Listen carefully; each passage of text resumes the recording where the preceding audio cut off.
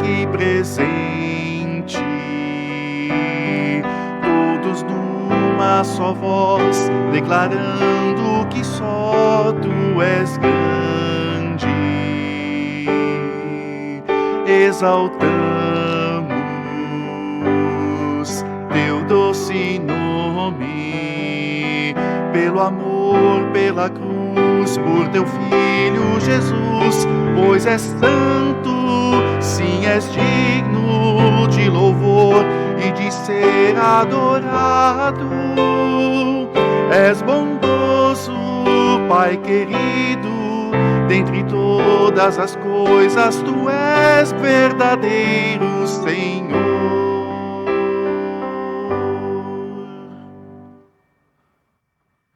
Olá, tudo bem com você?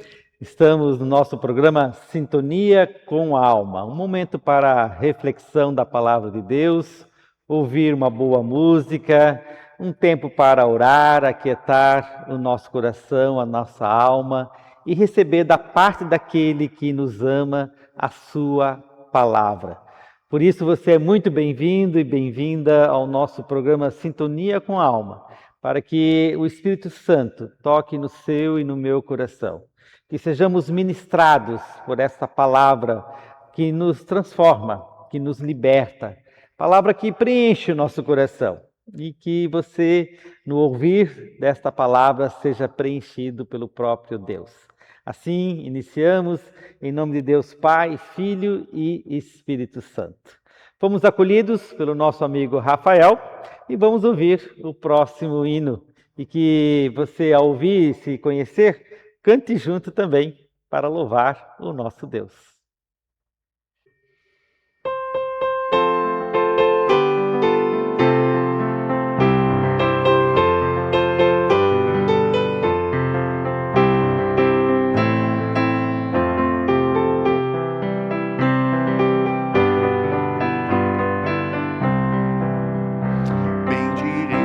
Ao Senhor em todo o tempo, em seus lábios seu louvor sempre estará.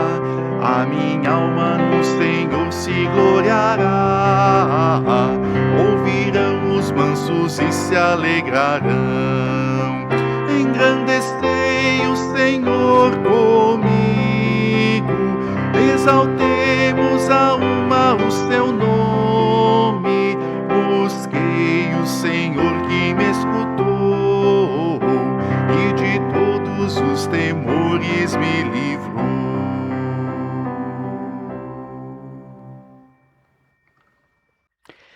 Já diziam os sábios de que os olhos são a janela da alma. Você já ouviu essa frase?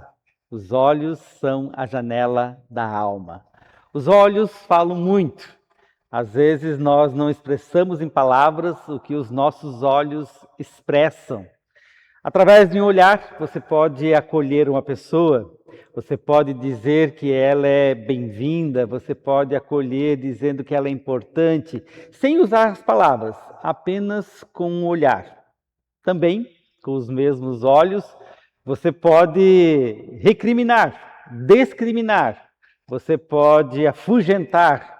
Dependendo de como você olha, a pessoa percebe se você está acolhendo ou não. Os olhos falam, os olhos revelam. O nosso olhar, ele é muito profundo.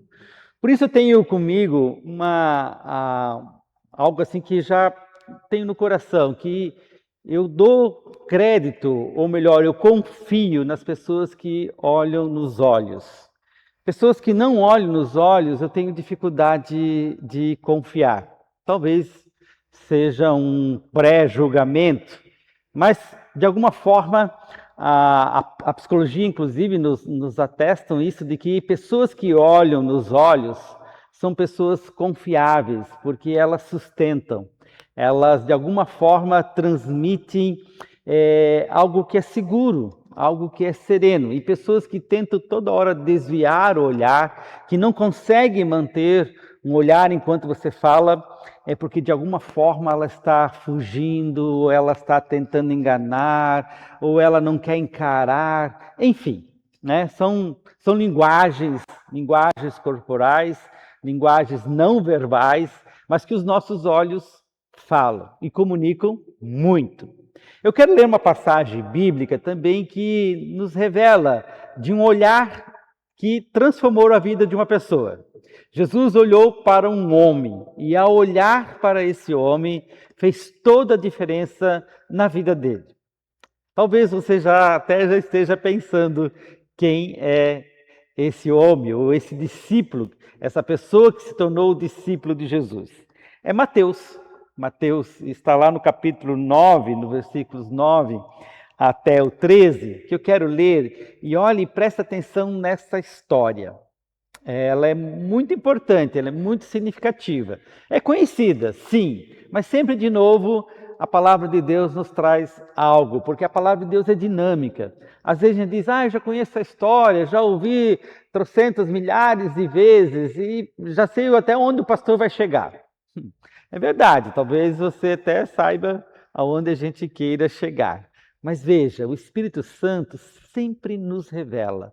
O Espírito Santo sempre tem algo a nos dar de novidade, ou até confirmar, porque depende muito do momento que nós estamos vivendo. Talvez você tenha ouvido essa palavra no momento que você estava mais triste, preocupado, alegre, e hoje você está numa outra circunstância, e Deus fala. E é assim que Deus fala. Fala no nosso coração ao ouvir, e por isso mesmo aquilo que a gente já diz, eu conheço, pode vir algo novo desta palavra. Então eu leio. Saindo Jesus, viu um homem chamado Mateus, sentado na coletoria, e disse-lhe, siga-me. Mateus levantou-se e o seguiu. Estando Jesus em casa, foram comer com ele e seus discípulos muitos publicanos e pecadores. Vendo isso, os fariseus perguntaram aos discípulos dele, por que o mestre de vocês come com publicanos e pecadores? Ouvindo isso, Jesus disse, não são os que têm saúde que precisam de médico, mas sim os doentes. Vão aprender o que significa isso. Desejo misericórdia, não sacrifícios, pois eu não vim chamar justos, mas pecadores. Teve um olhar. Jesus viu um homem chamado Mateus. Antes de Jesus falar qualquer coisa, antes de Jesus pronunciar algo que pudesse tocar em Mateus ou qualquer julgamento, Jesus olhou. E aquele homem era visto. Ele era visto pelas pessoas à sua volta. Aliás, muitas pessoas ouviam, mas não significava que o enxergavam. Às vezes a gente olha e não significa que a gente enxerga. Também há uma diferença entre olhar e enxergar. Eu posso olhar uma pessoa, mas necessariamente eu não enxergo. Não porque ela não está ali visivelmente, mas é porque eu não quero enxergar. Porque eu faço questão de não olhar e não enxergar essa pessoa. E vejam, as pessoas viam esse homem pela função que ele ocupava. Ele era visto como um cobrador de impostos, estava a serviço de Roma, era um traidor dos seus irmãos, ele não era bem quisto pela sociedade e também pela sua própria família, porque se ele era o traidor, dos seus conterrâneos, também era aquele traidor da família, ou seja, ele estava sendo visto de uma maneira muito, muito negativa. E Jesus olha de maneira diferente. Jesus não olha a partir dos rótulos, Jesus não olha a partir da função que ele exercia, Jesus não olha a partir do que as pessoas julgavam sobre ele. Jesus olha Mateus, e isso fez toda a diferença, porque Mateus, ao perceber que ele foi visto dessa forma, é que ele se sentiu totalmente amado. Jesus não precisou dizer nada antes para Mateus. Jesus não precisou dizer, olha, eu amo você, eu estou com você. Não, ele olhou. E ao olhar de Jesus o olhar de Jesus transformou Mateus, porque Mateus se encontrou naquele olhar. Enquanto ele se percebia como o traidor, se percebia como o pecador, o indesejado, a pessoa mal vista, e assim as pessoas o viam, ele, naquele momento, se percebeu amado, se percebeu acolhido, se percebeu como alguém que tem valor. E assim, a gente percebe que não só nessa narrativa aqui desse encontro de Jesus e Mateus, mas a gente percebe em todo o Evangelho, quando Jesus se dirige às pessoas, Jesus se dirige com um olhar tão profundo, um olhar tão misericordioso, um olhar que as pessoas, elas se percebiam diferentes. Elas se percebiam acolhidas, elas se percebiam amadas, elas se percebiam como realmente elas eram e precisavam ser vistas.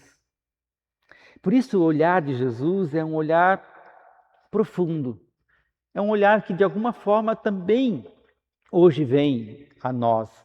Deus também continua olhando para nós. E a pergunta que eu sempre me faço é: como eu percebo o olhar de Deus sobre a minha vida? Como percebo Ele me olhando?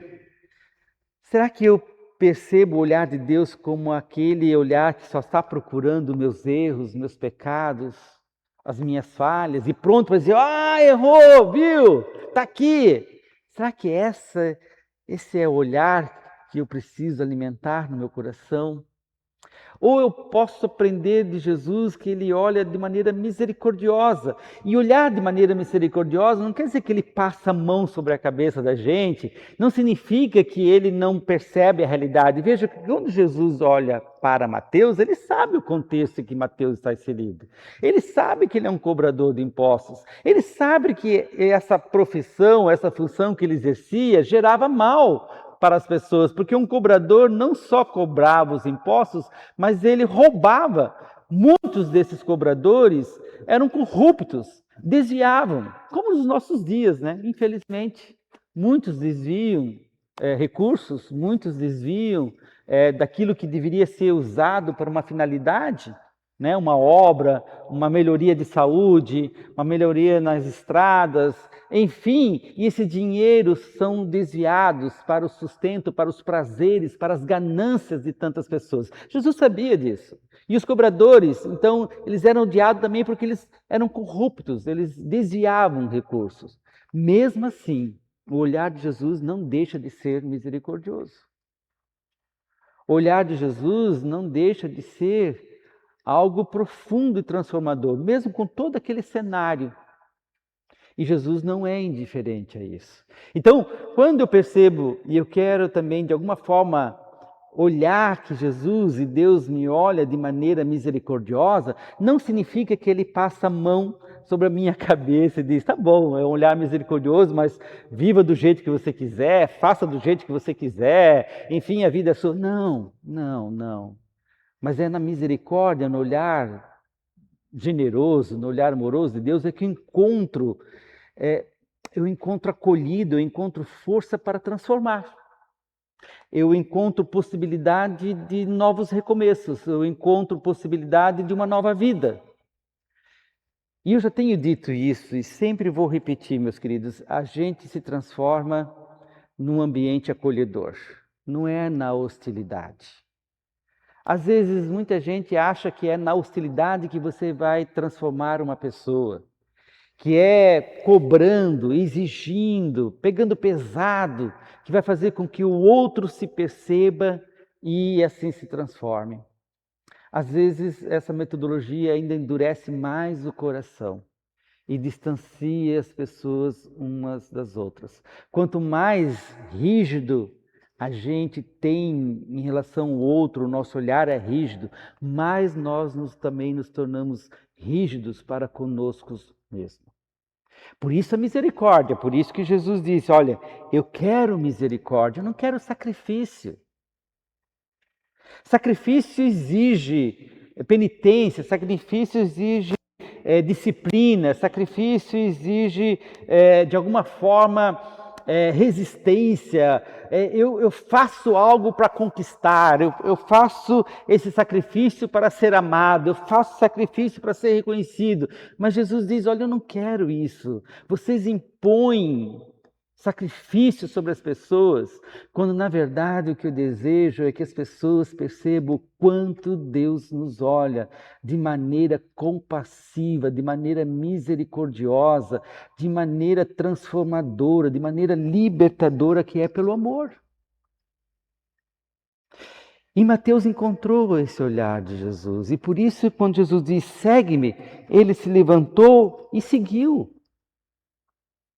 Ele não questionou. Aqui não diz se Mateus perguntou algo ou não. As escrituras, elas resumem, né? Elas enxugam essa experiência. Não se sabe se rolou um diálogo ou não. Mas aqui, como está escrito, ele simplesmente se levantou e seguiu. Porque o olhar de Jesus foi suficiente. Atingiu a alma dele, o coração dele, a vida dele. Talvez pela única vez na vida dele ele não foi julgado, não foi condenado, não foi visto pelos seus erros, pelas suas culpas. Ele foi visto de maneira graciosa, ele foi visto de maneira amorosa, ele foi visto de uma forma tão transformadora que isso fez ele se levantar e seguir Jesus. E é interessante, né, porque os cobradores, eles ficavam por trás de uma mesa. Tem uma série, inclusive, muito boa para assistir, The Chosen. Não sei se você já assistiu essa série. Recomendo você assistir The Chosen.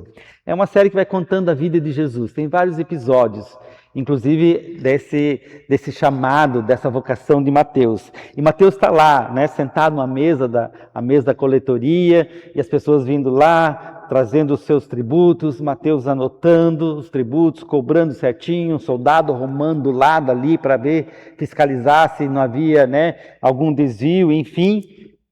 Essa era a mesa de Mateus.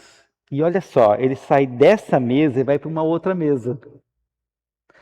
Agora é a mesa da comunhão, é a mesa que Jesus senta com os publicanos, Jesus senta com os amigos de Mateus, com os pecadores, né? Ele senta lá para uma refeição. Sai de uma mesa de cobrança para uma mesa de partilha. Talvez isso passa batido para a gente, né? Talvez a gente, por isso que eu digo, a gente pode ouvir várias vezes a mesma palavra, mas Deus sempre tem algo novo a nos revelar. E talvez essa questão da mesa seja algo novo que Deus possa estar nos revelando, no sentido de que, às vezes, a gente está por trás de uma mesa sempre na cobrança. Sabe, sempre cobrando. Tem gente que não sai da cobrança, tem gente cobrando todo mundo. Eu só vou ser feliz se a pessoa me fizer isso. Eu só vou estar em paz se o fulano me pagar as coisas que está devendo. Eu só vou me sentir realizado se essa pessoa me fizer algo em troca. Veja, sempre nessa relação de débito e crédito, né? Essa relação contábil, essa relação de daqui toma lá, eu faço isso, você me faz aquilo, e assim a gente vai se relacionando e a gente vai cobrando um do outro, eu cobro aqui, você cobra ali. Assim são as nossas relações familiares, nossas relações de amizades, nossas relações de irmandade. E veja, é necessário sair dessa mesa da cobrança para uma mesa da partilha. A mesa onde você senta ao lado de outros e partilha a vida. Jesus partilha a vida, Jesus partilha o pão, Jesus come, Jesus bebe. E a mesa, naquele contexto de Jesus, contexto histórico, não era simplesmente sentar e comer uma refeição, ela era intimidade. Por isso que os fariseus se incomodam tanto. Por que eles ficam tão perturbados quando vê Jesus sentado com os pecadores, com os publicanos? Porque eles entendem que aquela refeição é uma intimidade, é como se Jesus dissesse assim: olha, eu estou com eles, me tornando como eles. Mas na verdade, não é que Jesus está se tornando como eles. Jesus está chamando para que eles se tornem como Jesus. Só que você não tem esse chamado se você não se aproxima, se você não senta, se você não partilha. Tem gente que não aprofunda a vida porque não consegue sentar com pessoas. Estão sempre focados em si mesmo, em seus deveres, em suas cobranças, mas não partilham a mesa da vida e por isso não crescem. Por isso desaprendem a ser generosos, desaprendem a partilhar, porque não é por trás da mesa da cobrança que a gente aprende a ser generoso.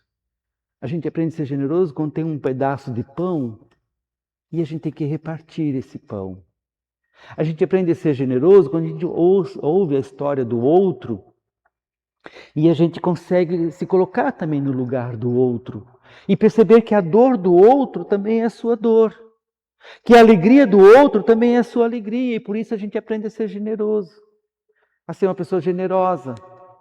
Por isso o lugar principal da comunidade não é um banco de igreja. O lugar principal de uma comunidade, uma igreja, é uma mesa. É uma mesa, mas não uma mesa que simplesmente está aqui como altar, como um enfeite, mas é uma mesa que nos remete, nos chama para a partilha, para a doação, para a entrega.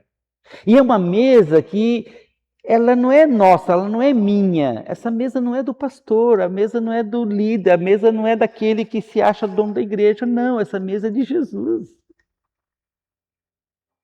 Por isso que incomoda tanto os religiosos, porque os religiosos querem dizer quem pode e quem não pode sentar. Os religiosos estão mais preocupados em dizer esse é digno e esse não é digno de sentar à mesa, do que a partilha, do que a vida, do que o milagre que pode acontecer naquela refeição. Porque é sacrifício, porque é disciplina, porque são exigências. Mas Jesus propõe um outro jeito, Jesus está propondo uma outra forma de a gente se relacionar e perceber de que na mesa há doentes, na mesa há pessoas que precisam de cura, que precisam de restauração. Por isso que Jesus diz, olha, eu não vim para os que têm saúde. Eu não vim para aqueles que acham que não tem problema nenhum. Eu não vim para aqueles que acham que estão tudo certinho, está bem, foi lá, fez os exames, né? Fez todo um diagnóstico, fez um check-up e a saúde está ótima e não precisa mais de nada. Tem gente que acha que não precisa de nada. Tem gente que acha que segura a coisa aqui no braço e pronto. Jesus não. Disse, eu vim para aqueles que realmente se percebem doentes. Aqueles que se percebem vulneráveis, aqueles que se percebem que precisam de ajuda, aqueles que se percebem que de alguma forma é na mesa que é visto, que é reconhecido, que é valorizado. Então, Jesus coloca nessa experiência de Mateus também que ele tem um lado. O lado de Jesus é o lado das pessoas que o reconhecem e das pessoas que não são arrogantes, das pessoas que não são autossuficientes, mas das pessoas que se permitem sentar ao lado, sem decidir se esse pode ou não pode. Então, o que essa experiência de Mateus pode nos ensinar nos nossos dias, na nossa vida? Talvez já algumas coisas aqui do que eu comentei, elas já mexem conosco. Né? No sentido de que no olhar de Deus há um olhar misericordioso. Há um olhar profundamente amoroso. A gente às vezes não tem noção de quanto Deus nos ama. A gente já ouviu isso várias vezes, mas a gente não tem noção.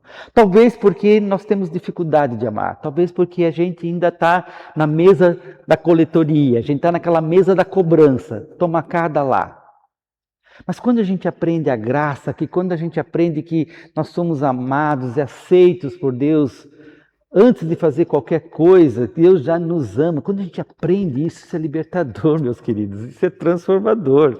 Isso torna a nossa vida muito mais com significado.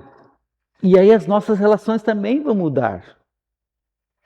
A nossa forma de se relacionar com as pessoas vai saindo de uma mesa de cobrança para uma mesa de partilha. Eu não cobro tanto dos outros, porque eu vou aprendendo que os outros são tão falhos quanto eu. Porque é interessante, observe isso. Geralmente as pessoas que cobram demais dos outros é porque elas têm uma autocobrança muito grande. E elas não conseguem ter paz porque elas sempre têm a sensação de que elas estão devendo algo. Sempre faltando algo. Mas quando a gente encontra o amor de Deus, a gente encontra o sentido maior da nossa existência, a gente encontra aquilo que nos preenche, a gente encontra a alegria da nossa alma, a gente encontra a nossa força. Isso nos torna perfeitos? Não! Isso nos torna melhores do que os outros? Não! Isso nos torna mais próximos de Deus do que os outros? Não! Mas isso nos torna pessoas amadas.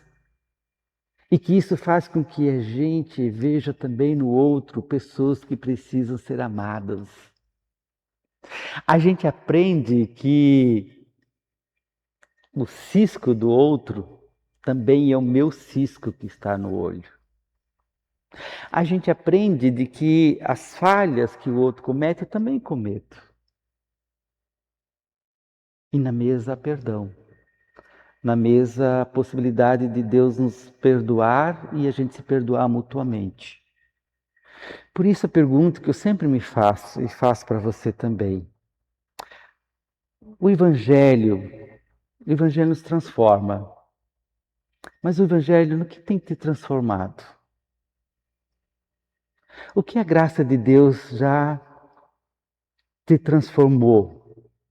Eu sei que ninguém está pronto, nós estamos em processo de transformação. Deus está sempre lapidando, mas se você olhasse para a sua vida agora, se você percebesse hoje, a partir do que você já ouviu do Evangelho, do que você conhece o Evangelho, você consegue perceber ele gerando em você uma nova pessoa, um novo olhar, uma nova perspectiva, um novo sentido, onde você sai da mesa da coletoria para uma mesa de partilha, uma mesa de cobrança para uma mesa onde você vai aprendendo a receber e a também dar.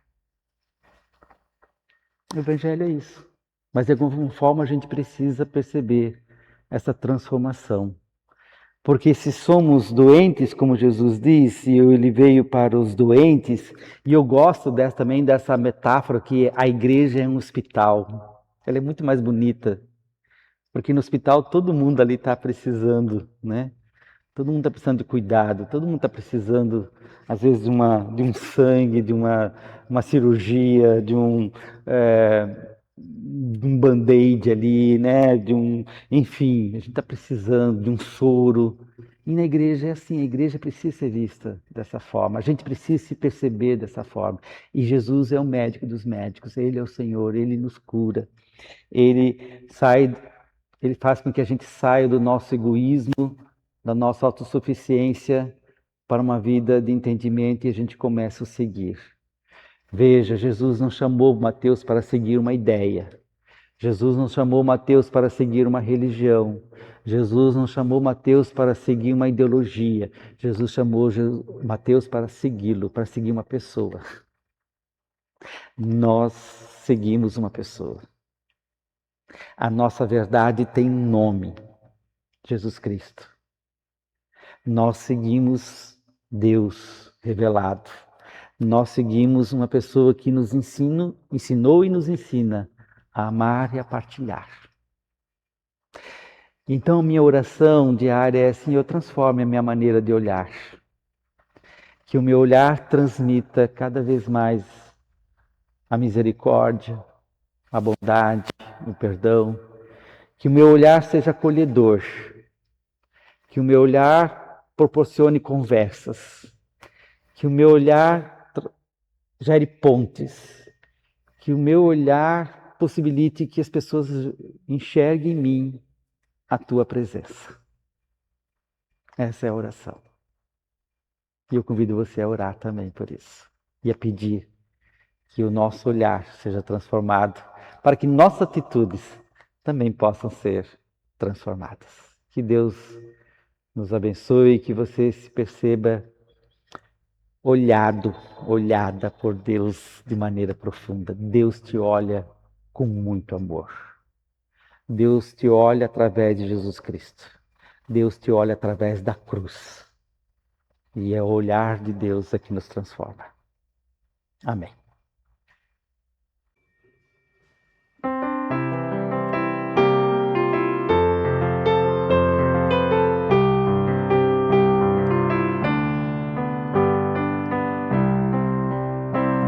Tal qual estou sem demorar, a ti me venho consagrar.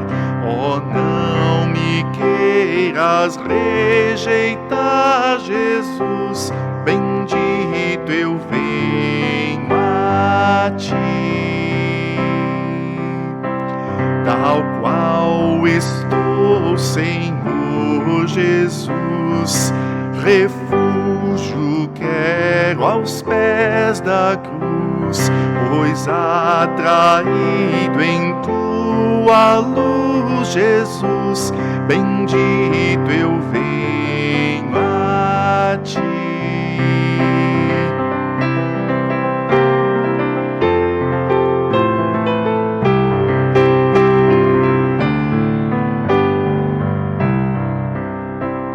Tal qual estou, me vê, Senhor, um pobre, triste pecador.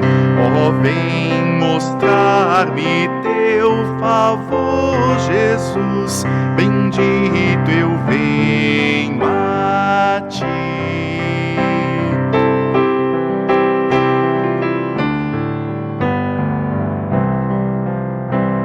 Tal qual estou, me aceitarás,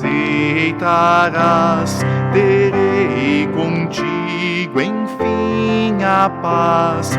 A tua mão me estenderás, Jesus, bendito eu venho a ti.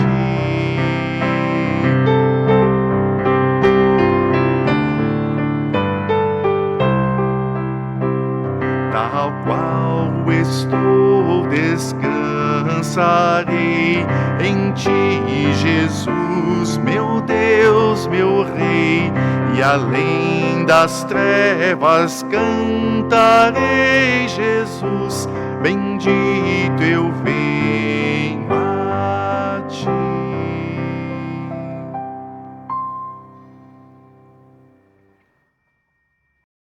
Hoje à noite, o nosso encontro de espiritualidade e música. Nós já estamos no mês de agosto, gente. Olha só, já passamos na metade do ano, estamos no mês de agosto. Ainda temos setembro, outubro, novembro para ter espiritualidade e música. Então, esse mais 3, nós terminamos o ano praticamente. Eu quero convidar você para estar hoje à noite no nosso encontro de espiritualidade às 19 horas.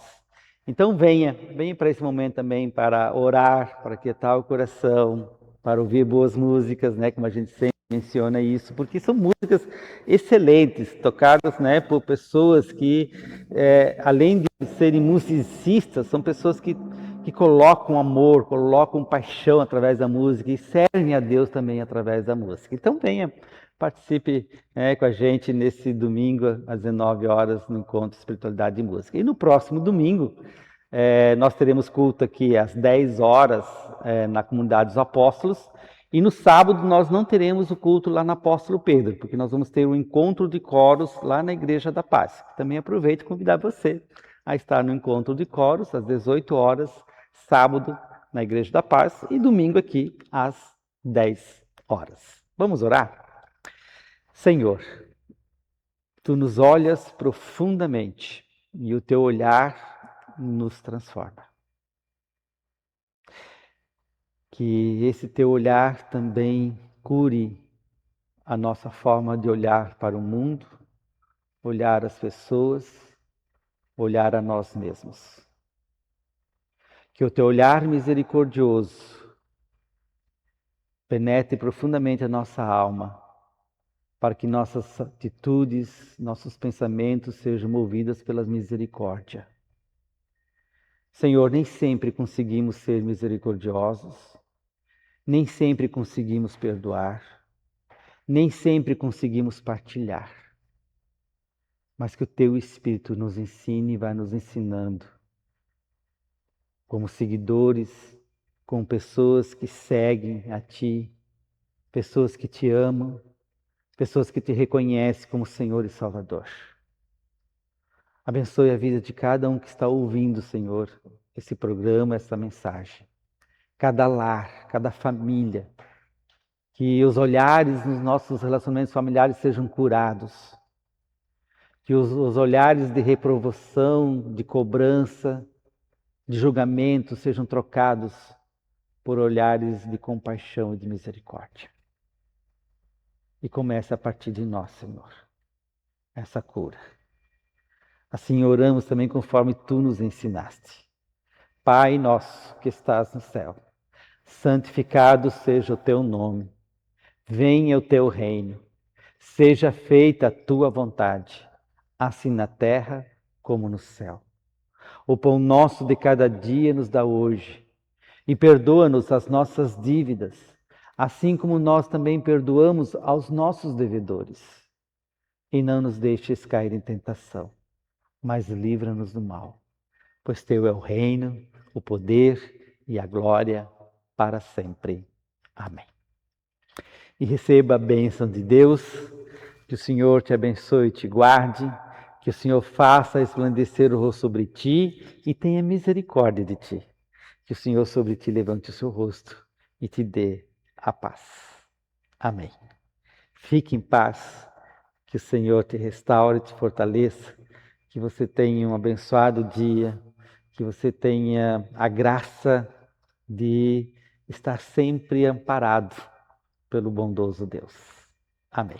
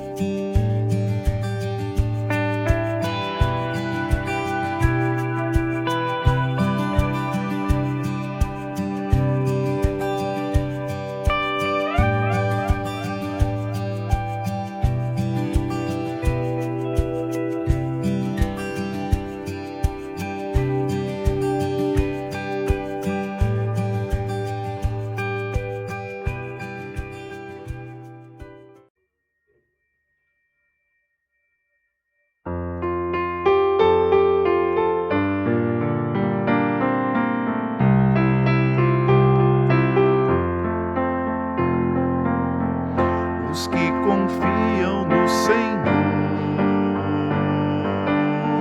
são como os montes de Sião. Os que confiam no Senhor são como um monte de Sião, firmes para sempre permanecem,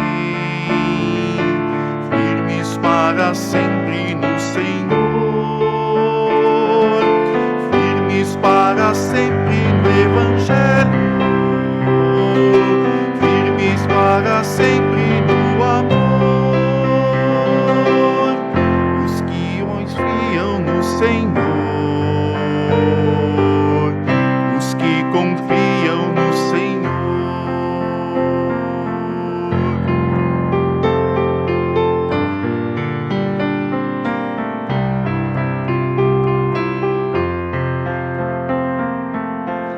Os que esperam no Senhor,